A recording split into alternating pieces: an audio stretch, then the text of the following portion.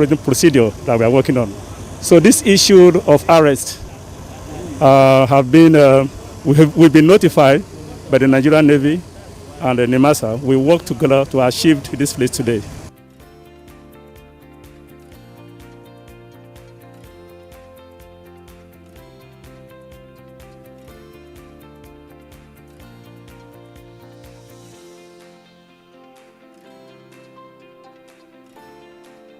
It is noteworthy that the renewed partnership between NIMASA and the Nigerian Navy is yielding fruit, as the recent arrest of 10 pirates on a Chinese fishing vessel, which is the first in recent time, is a pointer that it is no longer business as usual in the Nigerian maritime domain.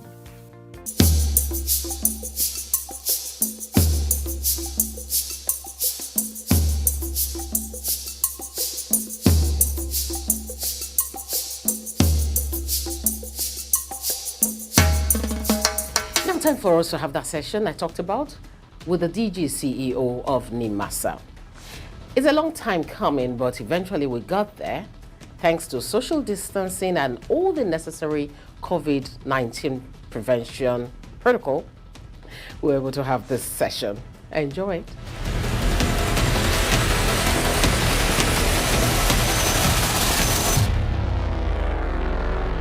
You're still watching NIMASA This Week. And today is quite a pleasure to do this because since he came into office as the new DG of NIMASA, we've not had the pleasure of chatting with him, all because of the season we're in. But thank God for wisdom, we were able to map out a proper plan, social distancing in mind. I have with me the DG of NIMASA, Dr. Bashir Jabo. Welcome to NIMASA This Week. Thank you very much, Cordelia. You're welcome. Thank you. Now we're here. And I had this question planned in my head when we were coming for this. I said the first thing I'll be asking you is this simple but deep question. How did you feel when you were announced as a DG of NIMASA? What went through your head? Well, Cordelia, you know the Nigerian situation and factor. Nigerian Maritime Administration and Safety Agency has been a very, very difficult agency. The culture, the organizational culture, the issue of staffing, you understand, the mandate, the issue of security, and so many other things. It's not something easy that you can be a kind of, excited. All you have to do, and you keep into your mind that there is a great, responsibility ahead. So instead of feeling so special, you just feel that you have another national assignment. You know very well, I was in the system as far back as 1993, 94, and I work closely with most of the chief executives. So the challenges of the agency is very enormous. So it's not something so exciting. But when I got the wind, my name has been approved as the Director General, I knew that the task ahead is not really, really easy. But with the blessing of God and the hand of people in the industry, I'm sure you know how the industry stakeholders received the appointment. It's given me a great pleasure and encouragement. Well, I see it's not stopping you from doing what you had planned, because from what you said, you had time to really think about the things you'd want to do in here. I remember the first meeting you had with staff stakeholders, you kept talking about the 3 S's, because that has been a major issue for us too. So probably you had given it a lot of thought. And when I'm talking 3 S's, in case you do not know, we're talking maritime security, maritime safety, shipping development. They call it a tripod. Yes. Why did you focus on this? Well, the tripod, I tried to submerge most of the functions of the agency into the tripod. If you think of the maritime security encompasses maritime security, maritime safety, and as well as marine environment management. The marine environment management period to 2007-2008, we have it merged with the Maritime Security Standard Department. So we just created Marine Environment Management Department from the Maritime Safety Security so that we can have efficiency and effectiveness in managing the marine environment area. So you can see that the maritime security as part of my tripod encompasses about three things. The safety, the security, the marine environment management, the accident investigation bureau. So I try to subsume it under the maritime security. Then the second aspect of it has to do of maritime safety. Kudilia, Nigeria is the one that warehouse the issue of regional maritime security coordinating center. And we look after 9 countries in this agency. Anything to do with the issue of search and rescue, safety at sea, of navigational safety also. The Nigerian Maritime Administration and Safety Agency take care of that. So if you take safety, we are talking of search and rescue, safety navigations and other things like that. Then the other S has to do with shipping development and capacity building. Capacity building include the issue of cabotage. Cabotage has 4 legs: the registration of vessels, the ownership of vessels, and then the manning of vessel, as the building of ships also. So that one you see cabotage subsume that. The capacity building has to do with training and retraining of the CPRs, which we have Pomala Jomalik, encompassed or subsumed there. So we have Maritime Labour Standard Department. So almost the entire department now subsumed into that. Now, in addition to that, the shipping development and capacity development also takes care of the issue of fleet expansion in terms of increment of ownership of ships, the repairs of ships, and then the building of ships also. So all this one encompasses. So if you look at it, the entire gamut of the acts we have 4 acts approved by the federal government: the NIMASA Act, the Merchant Shipping Act, the Cabotage Act, and the Anti-Piracy Act, which is the newest one that was approved a year ago, exactly this, June last year. Mr. President approved it. So also that one also, all these acts subsume within the 3 A's. So silently you can see it as 3.S, but encompasses the entire mandate of the agency. But we try to mention the largest one that we can be able to handle, and the stakeholders, both international and the internal stakeholders, can be able to understand easily. If you say tripod S, you can recall easily what we can be able to address.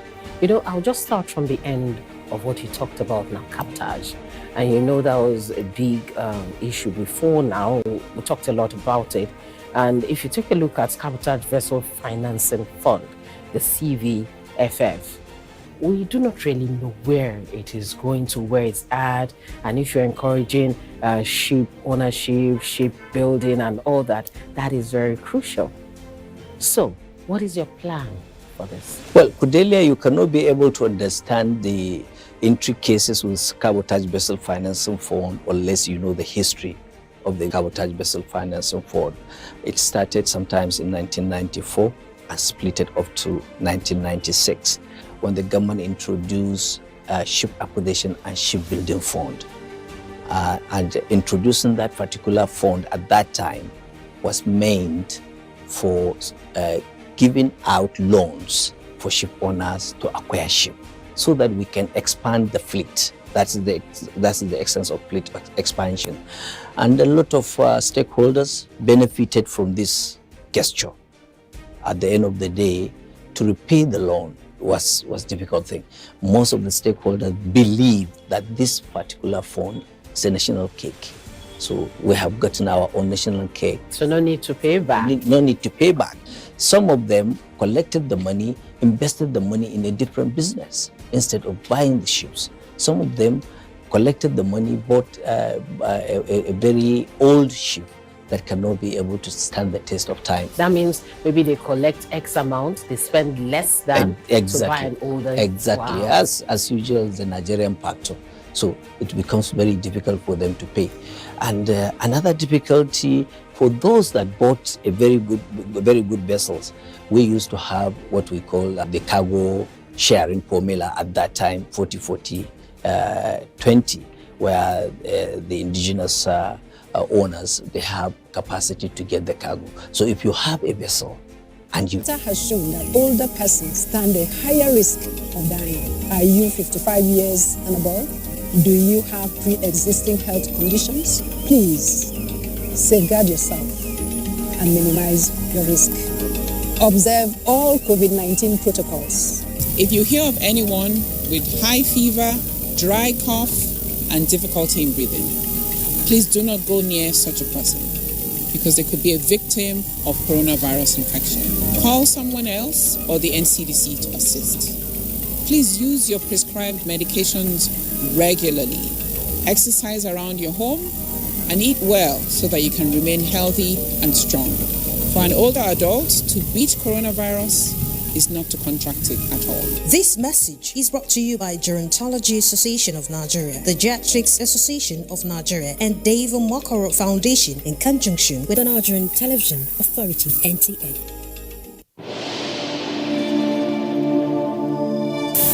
Our papa and our mama, I beg, una go don't hear about this thing we they call coronavirus. The sickness we they call COVID-19. A very bad sickness. It don't kill plenty people and it still they kill. And people will get sickness we don't already date them body. If they catch this sickness, they terrible. That's why we won't come tell una, say I beg. Make una not let people where they work anyhow, make them come you make una just stay for house. Make una wear mask, make una they wash una hand well, and not let anybody wear non-wear mask come near una at all. I beg. And make una not vex say we say make una not shake una children again, make una not embrace, make una not carry them for body. Because we don't know who they carry this sickness come. Then feel carry them and you know go to pain them for body, but if old person carry them, it's terrible well, I beg. When una hear say anybody in body they hot well, the person they cough, dry cough, the person lamb, no fit breathe well. Now be say that person fit get corona. That person una no go near am. Make una just call another person. We go fit help that person. We then go help them.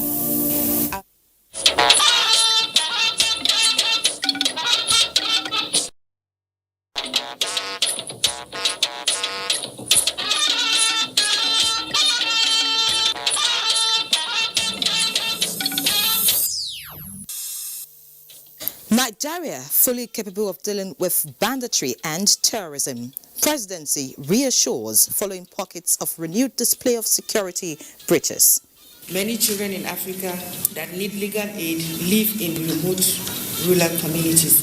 As a result, these children often find it impossible to physically access legal services. The African child celebrated with call for concerted efforts at addressing rising cases of violation of rights and support for victims. I'm just here today to inform you that I have now decided formally to resign my membership of the All Progressive Congress. Embattled Governor Obaseki of Edo State and Deputy resign from ruling party. Plus, Joint Admissions and Matriculation Board pegs minimum national cutoff mark for universities at 160. Good evening and thanks for joining the Network News tonight. We're live in the nation's capital, Abuja. I am Ian Ray John. With me tonight are Michael Olaleye in our Lagos Network Center and Chineye Nwoye in Enugu. Welcome. We're celebrating the African child today, and as Nigeria joins the international community to celebrate the Day of the African Child, President Muhammadu Buhari has pledged the commitment of government to protect children from sexual violence, domestic abuse and exploitation. A statement by the Special Advisor to the President on Media and Publicity, Femi Adesina, says the President reiterates that his administration will continue to ensure that every Nigerian child has access to quality and affordable education by promoting free and compulsory basic education for the first 9 years of schooling. President Buhari expresses concern on the recent spate of sexual and physical violence on the girl child and directs relevant government agencies to scale up support for victims of violence and ensure that those who have infringed on their rights face the full weight of our laws. President Buhari also affirms that it is the right of every Nigerian child to be protected from sexual or physical violence and abuse and to enjoy an environment conducive for learning and development. The safety of every Nigerian child remains paramount, and government will continue to do all within its means to protect children from violence and abuse. Meanwhile, the First Lady of Nigeria, Aisha Muhammadu Buhari, has identified with the Nigerian children on the occasion of commemorating this year's International Day of the African Child, urging them to enjoy the day while observing the protocol of COVID-19 of stay-at-home order and dedicate their time to reading educative and informative literature. The First Lady stated this in a message during an event to commemorate International Day of the African Child. State House correspondent Aliyu Kabir reports. Day of the African Child is being celebrated on June 16 every year since 1991. It is initiated by the Organization of African Unity, now African Union. It is aimed at raising awareness of the continuing need for improvement of the education of African children. This year's theme, Access to a Child-Friendly Justice System in Africa, is a renewed commitment of the African First Lady's peace mission, supported by the Nigeria's First Lady, towards improving the plight of the African child, particularly with the current coronavirus pandemic.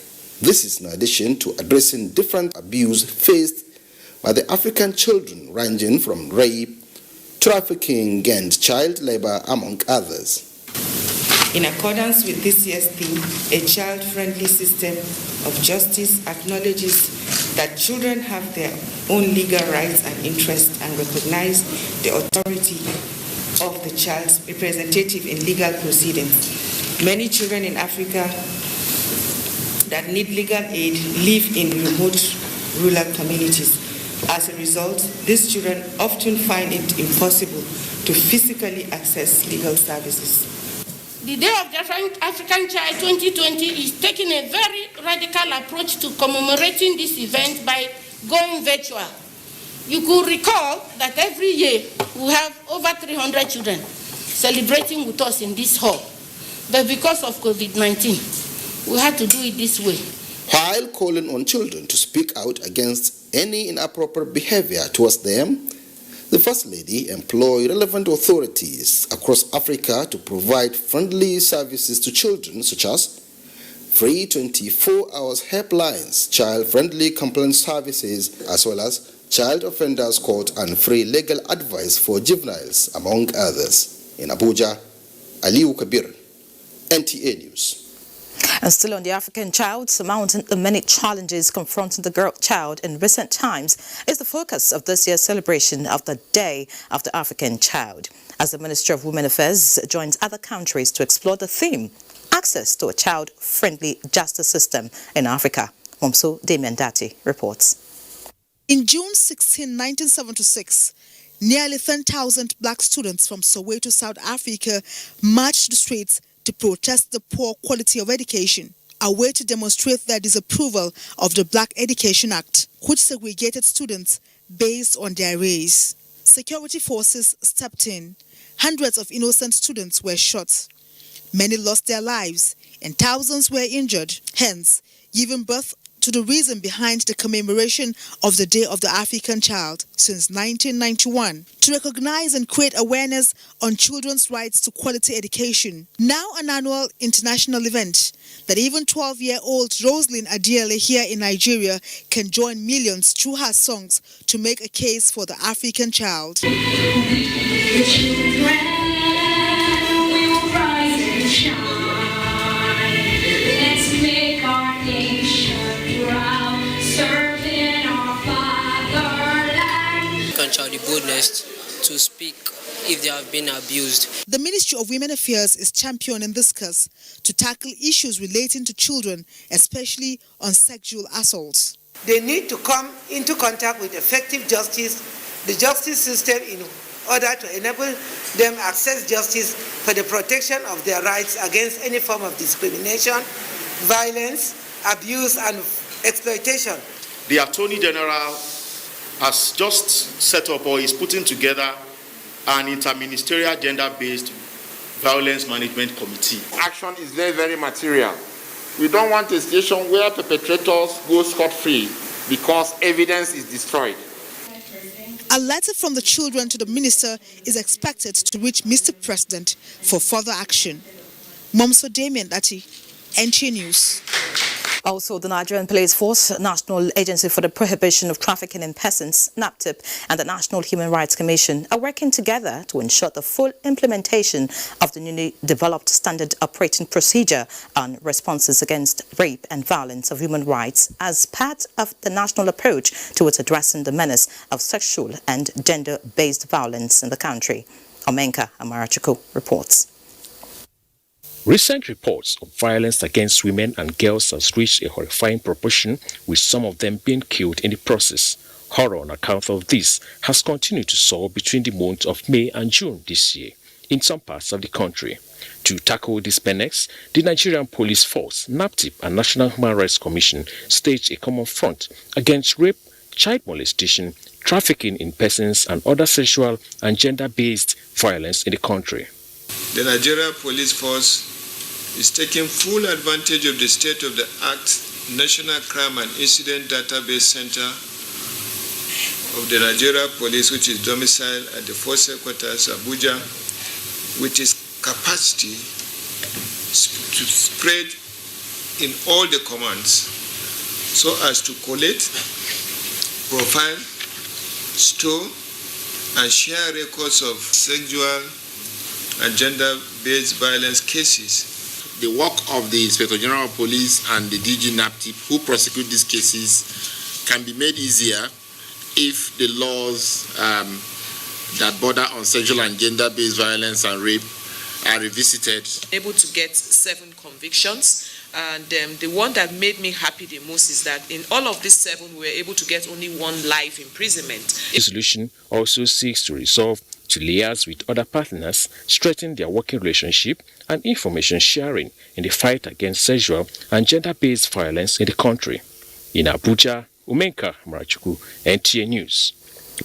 Now talking politics, Governor Rotimi Akeredolu of Ondo State is seeking the blessings of President Muhammadu Buhari as the 6th renewal of his mandate for his 2nd term in office. The governor stated this while briefing newsmen after an audience with the president. State House correspondent Adamu Sambu has details.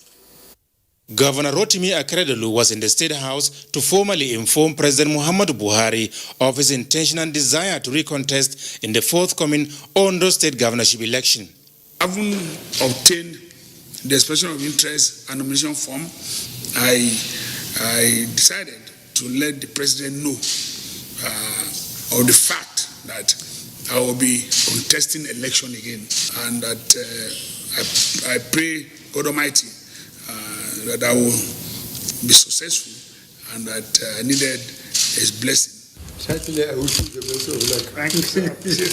The Ondo State Governor told newsmen that his chances of flying the governing party's flag once more and indeed winning the election are very bright. Direct, indirect, Aketi is a goal. We will win. In office for over 3 years, easily for me, I've done reasonable work in Ondo State, and it is there for everybody to see. It's not something that is hidden. We've gone on the issue of infrastructure. We've gone on our schools. We've gone on the universities. We have gone everywhere. You remember the president visiting Ondo Lean Industrial Hub.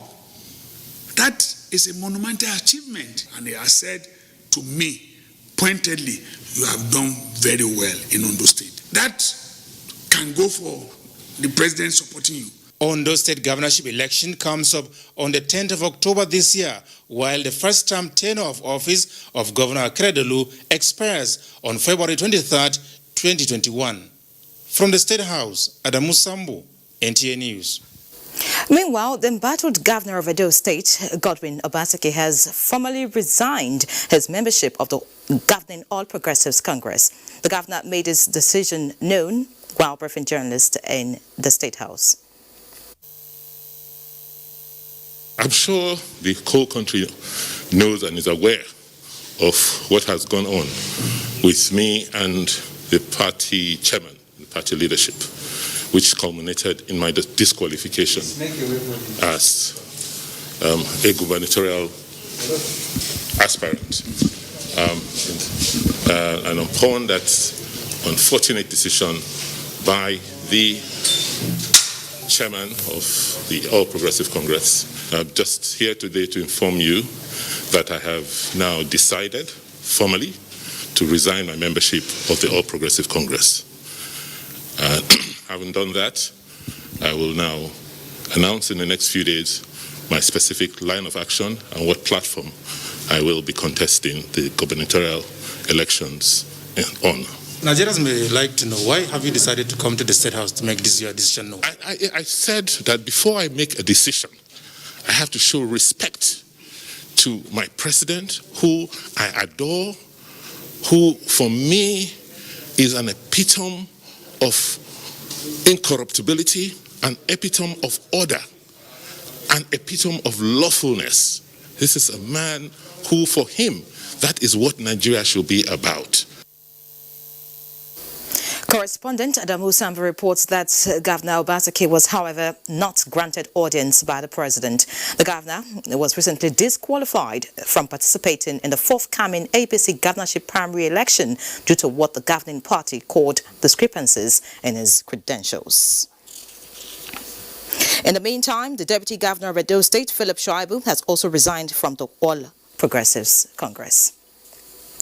Ahead tonight, renewed military onslaught neutralizes bandits. Details when we return.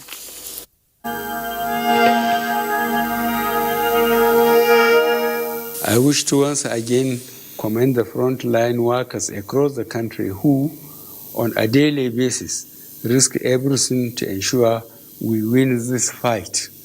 For those who got infected in the line of duty, rest assured that government will do all it takes to support you and your families during this exceedingly difficult period. I will also take this opportunity to assure you all that your safety, well-being, and welfare remains paramount to our government. I am using this opportunity to express our deepest condolences to the families of all Nigerians that have lost their loved ones as a result of the COVID-19 pandemic. This is our collective loss, and we share your grief.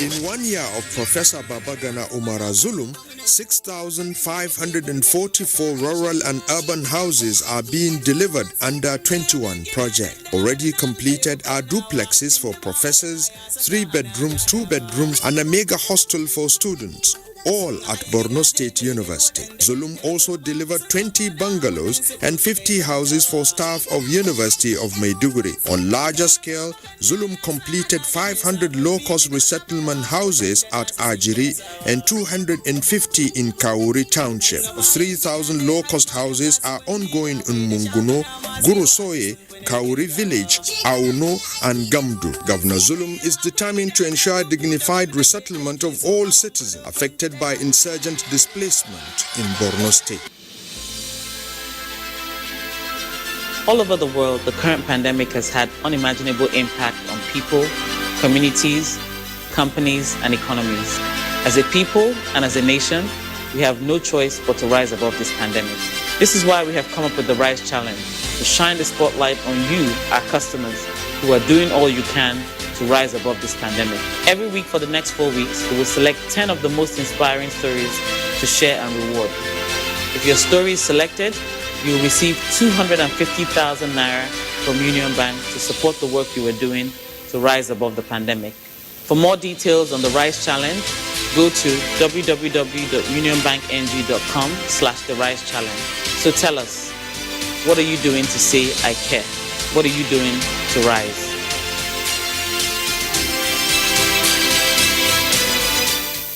Great leaders are known not by what they say, but by what they do.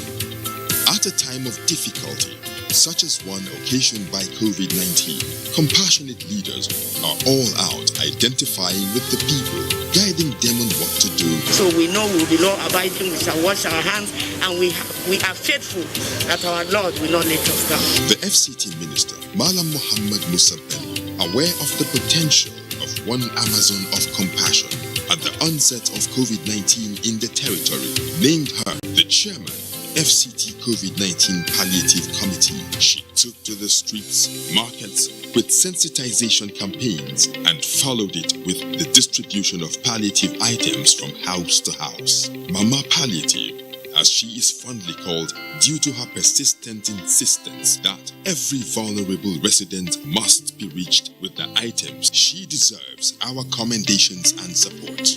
My mother-in-law and I are like 5 and 6. And our gilly game is copy and paste. But when it comes to our favorite milk, we're so different. My mother-in-law loves her pig-filled milk because it's low in cholesterol. And I love my pig full cream milk because it's rich and creamy. And that's why I buy both. So choose your pig today. Pig. Reach for your pig. I just don't understand this coronavirus thing.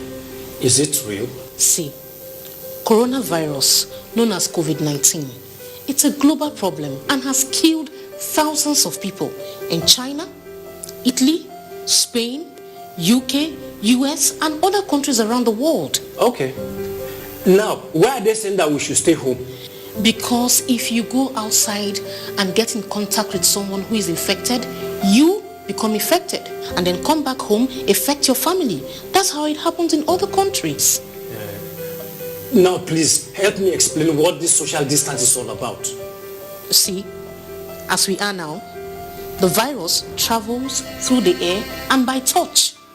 We must maintain 6-foot distance at all times. Oh, so it's not by washing my hands with soap and water or hand sanitizer that is only important? Washing of our hands regularly is very important. But we must come together and fight this virus like we did Ebola. It is our responsibility to each other.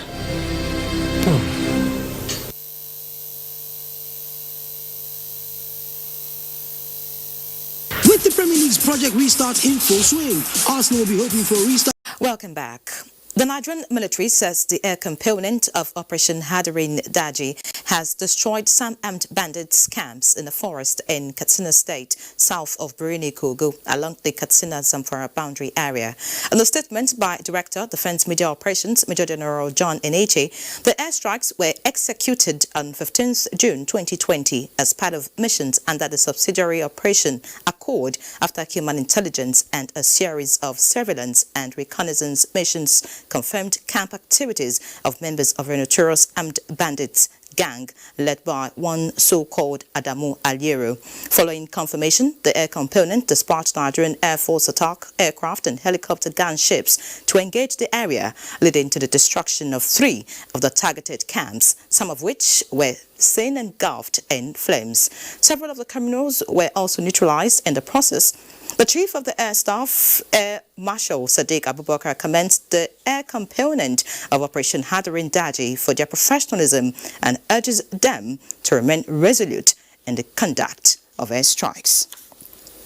And still on security, the presidency has reassured Nigerians that the nation's armed forces are fully capable of dealing with the challenges of banditry and terrorism, urging more patience as the military takes appropriate steps to block gaffes being exploited to unleash mayhem on innocent citizens.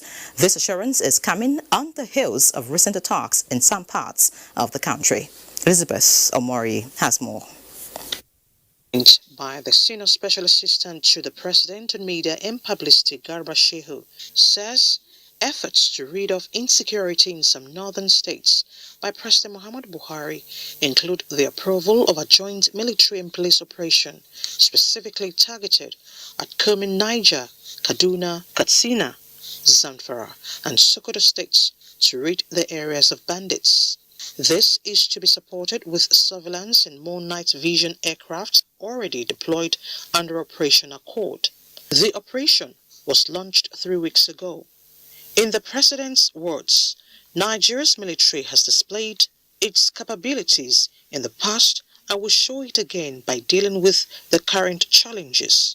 President Muhammadu Buhari therefore appealed to the people of Katsina State to be patient and supportive of the ongoing military operations in the state, while sympathizing with those who are bereaved, injured, and lost properties. President Buhari admonished that taking to the streets for protest could distract military operations, urging Katsina indigents not to give up on the military, who over the years have a strong track record of quelling crisis once given enough time. The presidency has also appealed to the coalition of northern groups to embrace democracy because the future, as often said, belongs to the youth. This is in response to the group's claim that they are dissociating themselves from democracy. The presidency, however, reminded them that President Buhari, as many times as he met youth leaders, always emphasized that we are fixing the ailing state to hand it over to you. It then amounts to a great mistake for the coalition of northern groups to otherwise promising northern stars to dissociate themselves from Democracy Day and in effect decognizing democracy as a chosen system of government. The president said Nigeria recognizes Democracy Day because for many decades since independence, the fight for the right for Nigerians to choose their own government in their own name was not complete. A prominent citizen of the country, Chief MKO Abiola, died trying to do just this. The statement added that for the challenges Nigeria faces today, lack of universal suffrage or lack of elected politicians is not one of them. Rather, the current severe hardship is due to the coronavirus pandemic and challenges posed by the Boko Haram terrorists. The statement further said the government has done more than any other elected or not elected to curtail and beat back the terrorists, and no government has done more to foster democracy and freedom of speech in Nigeria than the current administration. The fact that CNG is freely able to transmit its position to the media in the hope that it will be widely reported is a testament to the freedom of expression and media liberty that exists in Nigeria today. The statement concludes, hoping that the CNG will consider the facts and reconsider the unhelpful and inaccurate message the statements contain when issuing them in the future. In Abuja, Elizabeth Omori, NTA News. We head to Borno State now, where the decade-long insurgency has significantly ravaged many communities, which prompted the present administration to design sustainable post-insurgency reconstruction and resettlement program to return the state to the path of progress and development. Mohammed Goni takes a look at reconstruction and housing program of the Governor Babagana Umar Zulum-led administration in Borno State. A recovery and peace-building assessment report jointly published by the World Bank, United Nations, Nigerian government, as well as the European Union, estimates destruction from the insurgency at the tune of $5.9 billion across 20 local government areas of Borno. A total of 956,453 private homes, which account for almost 30% of houses in the state, were destroyed by the insurgents. Bama, one of the areas occupied by the insurgents, was worst hit among the council areas devastated, as over 90% of homes were razed down. As the pioneer commissioner in the Ministry of Reconstruction, Rehabilitation and Resettlement, saddled with the responsibility of rebuilding the state in the immediate past administration, and being part of the team that compiled the Recovery and Peace Building Assessment Report, Professor Obagana Umara is in the picture of magnitude of the challenges arising from the decade-long insurgency. On assumption of office, Professor Obagana Umara initiated a series of construction and rebuilding works across the 3 senatorial districts, for which 9.2 billion naira was budgeted in the 2020 appropriation, targeting 7,400 homes in the first year of his administration. Housing challenges have given rise to high costs and rents. The development of shanty settlements with attendant environmental hazards and the periphery of the city. Already, 500 housing units are being constructed in Maiduguri, 300 units at Ajiri in Mapa, and 250 units at Kauri in Kandaga local government areas. 500 houses are being rebuilt in New Marche to resettle IDPs from multi-local government taking refuge in Monguno. Reconstruction, rehabilitation and resettlement is one of the agenda of our own administration. You have seen it. We have started New Marche. God willing, we shall complete the rehabilitation of the 500 housing estates.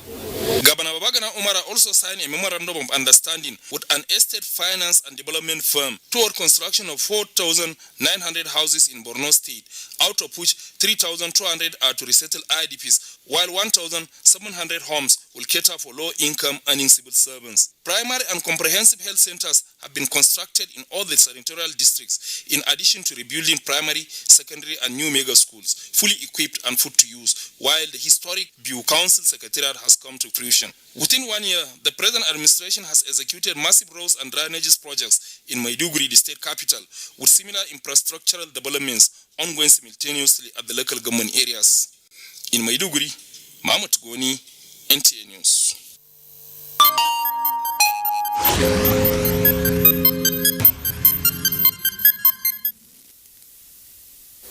And on the pandemic, Nigeria has lost a total of 424 persons to COVID-19 as the wife of Ukraine's president hospitalized following coronavirus infection. Debola Brooks-Lane Sunday has these and more on Global Update.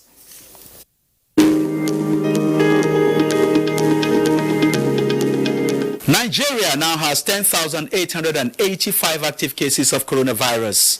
This is after the recovery and discharge of 5,349 persons, 424 deaths, while the total number of confirmed cases stands at 16,658, as published by the Nigeria Center for Disease Control, NCDC. Meanwhile, the Africa Center for Disease Control says the continent now has a total of 251,866 cases of COVID-19, with 6,769 deaths and 114,308 recoveries. And on the COVID-19 Resource Center of Johns Hopkins University dashboard at about 6:50 p.m. local time, 8,160,996 persons have been infected with coronavirus globally, 440,387 deaths, while 4,263,462 people have recovered from the virus. New Zealand's Director General of Health, Ashley Bloomfield, says 2 women who arrived in the country from Britain have tested positive for coronavirus. Ashley Bloomfield said the pair were released early from government quarantine and permitted to drive from the city of Auckland to the capital Wellington before being diagnosed or even tested, and that the women had done everything right and had not put other members of the public at risk. The pair mark New Zealand's first new cases of COVID-19 for more than 3 weeks of no case in the country. The wife of Ukraine's President Olena Zelenska has been hospitalized after contracting the novel coronavirus. The presidential office said her condition is stable. Last week, Zelenska said she had tested positive for COVID-19, while her husband, Volodymyr Zelensky, and their 2 children tested negative.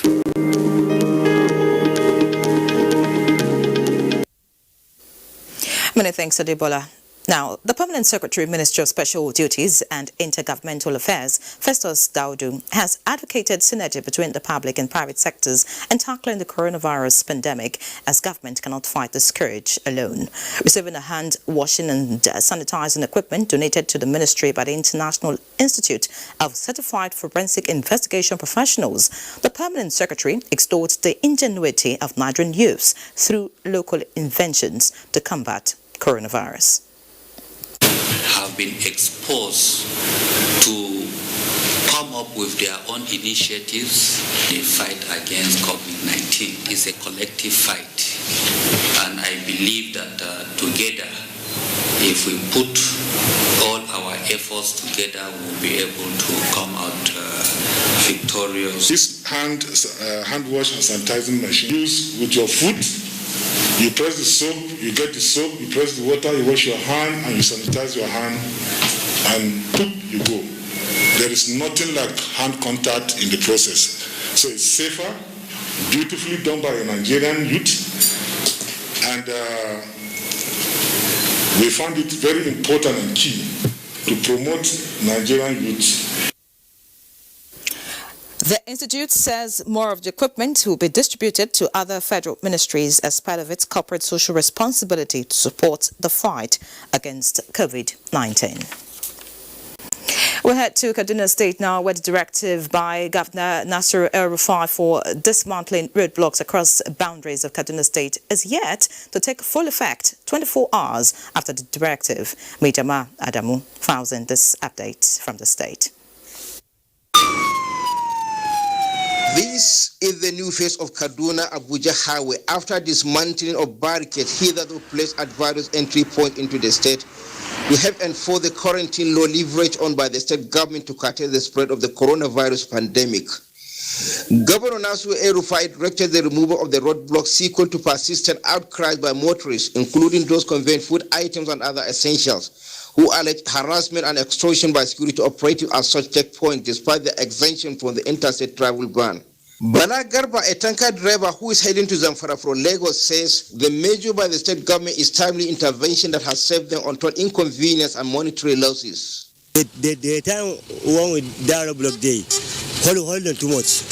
But now there is no any checking point. The road is clear. The roadblock is causing more go slow, and actually we are suffering a lot. No way to pass because they are always block the road.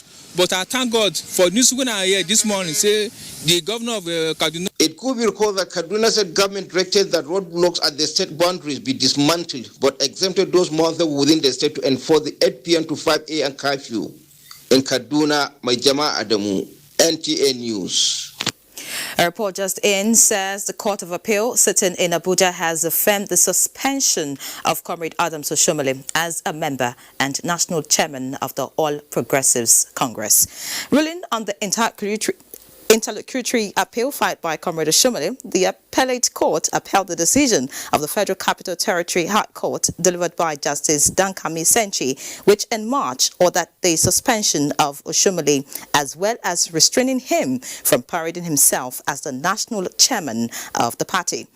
In a unanimous judgment in the first appeal delivered by Justice Eunice Onyemanam, the court held that the FCT High Court had territorial jurisdiction to have entertained the suit as it did.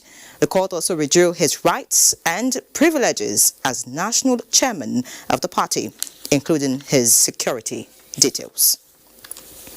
Information and Culture Minister Lai Mohammed has assured members of the Newspaper Proprietors Association of Nigeria that the federal government is desirous of carrying them along in this era of COVID-19 pandemic as dependable allies. The minister said this during a virtual meeting with the members. Anthony Forsen reports. The government needs the media, so the media must survive to play its role. The virtual meeting with the Newspaper Proprietors Association of Nigerian members is in continuation of series of engagements by the Information and Culture Minister to work out short, medium and long-term strategies to come up with a package that will mitigate the impact of the pandemic. The minister explained that government is worst hit by the pandemic, which has had a serious impact on the economy, pushing it to dive low with oil price not favorable. While we are thinking of the COVID-19 period, we should also be thinking about the post-COVID-19, because clearly there's going to be a new normal. Life cannot be the same way it was before. We will have to conduct businesses differently, and we must be resourceful and creative to ensure that post-COVID-19 will come back stronger. In their separate comments, members applauded the minister for the move and expressed gratitude over the federal government's concern for their plight in this COVID-19 era. They were, however, quick to throw their weight in support of the war against fake news through the protection of content which are published on social media platforms without royalty, a move that gladdened the heart of the Information and Culture Minister, who has been calling for an outright war against fake news, knowing its dangers to society and coexistence. So I will be more than willing to ensure that content owners derive the maximum benefit from their creativity. So please, I'll work with you. I hope it's something that can be done without, having to go to other National Assembly or elsewhere. But if it's but I think without prejudice to the method we are going to adopt, please let me have a proposal from you.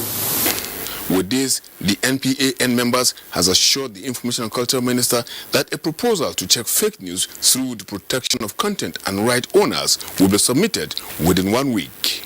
In Abuja, Anthony Forson, NTA News. President Muhammadu Buhari has approved the appointment of 12 new permanent secretaries in the Federal Civil Service. Head of the Civil Service of the Federation, Folashade Yemi-Osun, conveyed the president's approval in a statement signed on her behalf by the Director of Communications, Mrs. Olawumi Ogumoshule, in Abuja today. The new permanent secretaries are from Kogi, Kano, Anambra, Gombe, Kwara and Cross Rivers states. Others are from Jigawa, Yobe, Abia, Sokoto, Adamawa and Oyo states. The swearing in and deployment of the new permanent secretaries will be announced in due course. For more reports, let's now join Michael in Lagos. Hello, Michael.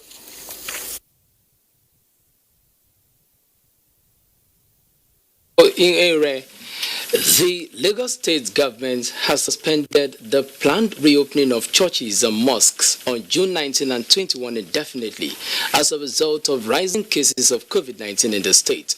Governor Babajide Sanwo-Olu, at a news briefing on the update of COVID-19, assured residents that government will continue to base its decision-making on data modeling to ensure the protection of lives and property. Nusa Usula reports.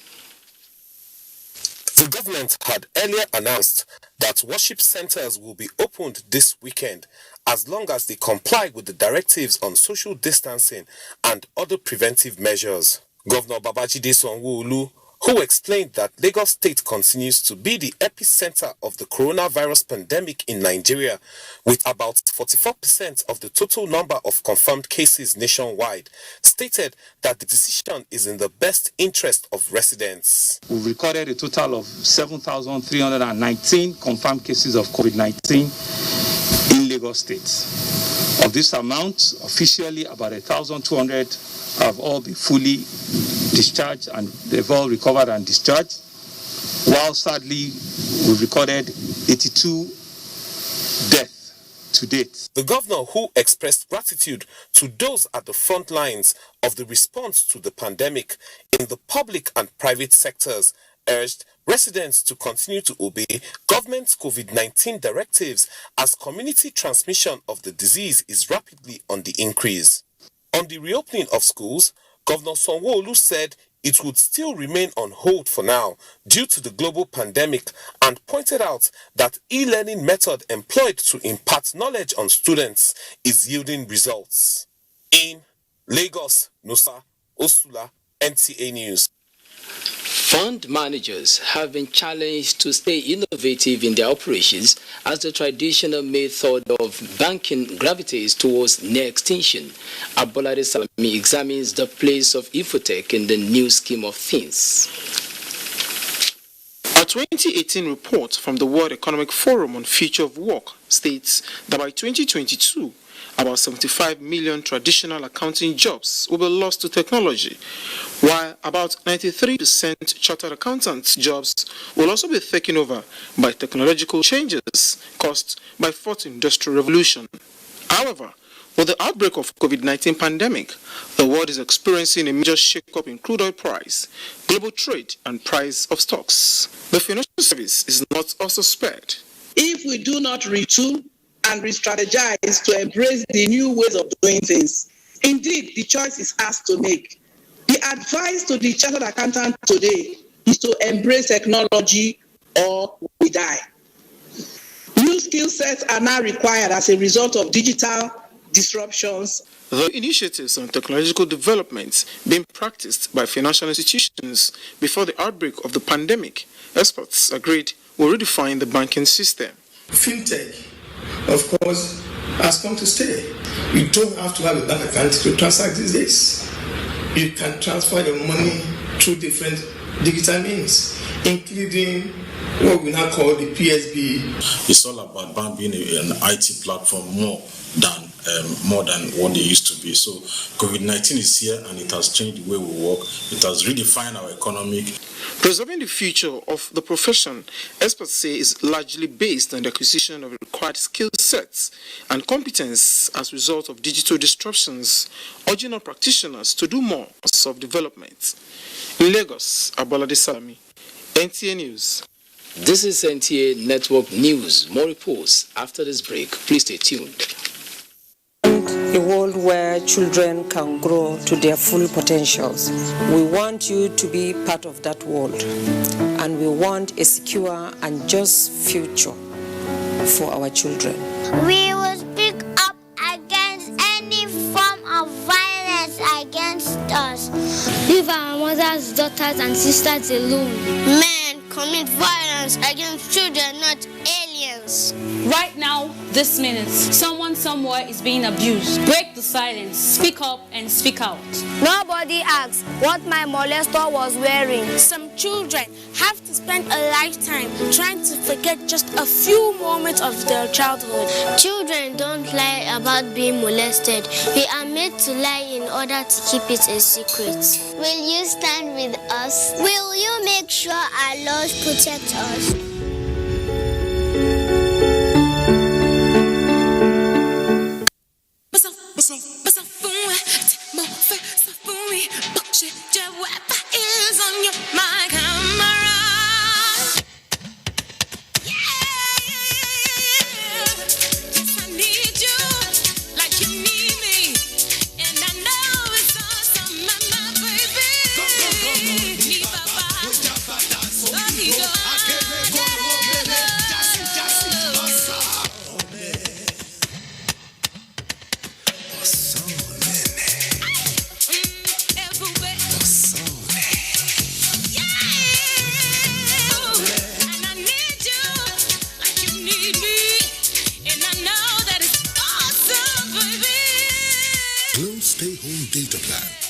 Existing Glow customers now enjoy up to 20% more data. Dial *777# to choose a plan.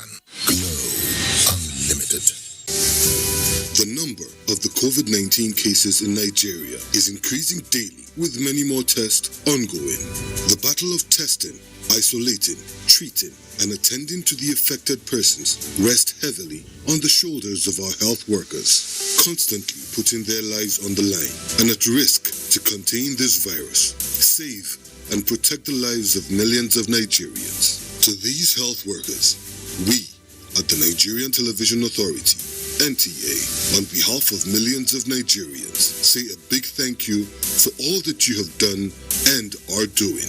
To the security agencies enforcing the lockdown and every other frontliner, we say thank you for putting your lives on the line to save ours. There is no amount of words that can quantify our gratitude. Thank you. This message is brought to you by the Nigerian Television Authority, NTA, Africa's largest television network. With the Premier League's Project Restart in full swing, Arsenal will be hoping for a restart of their own as they try to push for a Europe. Bye, Jebu. Good to have you back. Nigeria's public finance management reform is gaining grounds with more ministries, departments and agencies of government keen into it. The latest is the Nigerian Armed Forces, as Minister of Finance Zainab Ahmed inaugurates committee for full implementation of GIF-MIS. Benny Adams reports. Is said to be a scarce resource, and the management of it is key. Owing to this fact, the federal government introduced the Integrated Financial Management Information System, GIFMIS, an IT-based system for budget management, transparency and accountability in government business. In the words of Accountant General of the Federation, Ahmed Idris, more than 800 MDS have keyed into the financial reform, including the armed forces. To ensure full implementation of GIFMIS by the Nigerian Armed Forces and other security agencies, in line with peculiarities of their operations, an inter-ministerial task force was inaugurated.